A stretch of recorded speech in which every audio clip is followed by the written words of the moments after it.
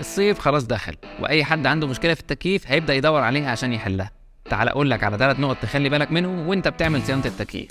انا طارق صلاح وده الجراج. اول حاجه، لو انت مضطر تغير كومبريسور فالافضل طبعا انك تجيبه جديد، او لو الحاله ما تسمحش ممكن تجيبه استيراد، بس استيراد نظيف، وده على حسب ميزانيتك.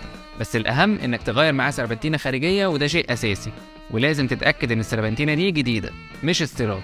طب ليه بقى بنقول جديده مش استيراد؟ عشان انت ما تضمنش السربنتينه اللي انت جايبها استيراد دي كانت شغاله عامله ازاي، والكمبريسور اللي كان شغال عليها فيه رايش ولا لا. ولو افترضنا ان هي اتنضفت، مش هتتنضف مظبوط لان مساراتها ضيقه جدا.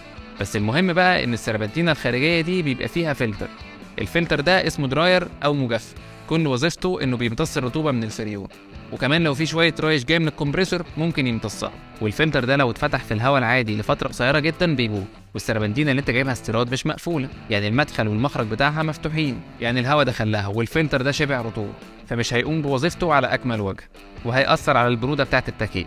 تالت واهم حاجه، لازم تتاكد انك هتعمل الموضوع ده عند فني محترف وبيفهم، ويفضل كمان انه يكون بيفهم في عربيتك، ويعمل لك تنظيف كويس للدوره، ويتاكد انها ما فيهاش تسريب، لان لو فيها تسريب هتعيد كل القصه دي تاني. والاهم بقى من ده كله انه يكون بيشحن فريون بالكمبيوتر، ما بيشحنش بلدي، عشان تتاكد ان العربيه هتاخد الكميه بتاعه الفريون المظبوطه بتاعتها، لا زياده ولا اقل، لان الفريون الزياده مش صح وهيبقى حمل على الكمبريسور اللي انت ركبته، والبروده مش هتبقى مظبوطه. وكمان لو الفريون قليل ده مش صح، والبروده برده مش هتبقى مظبوطه.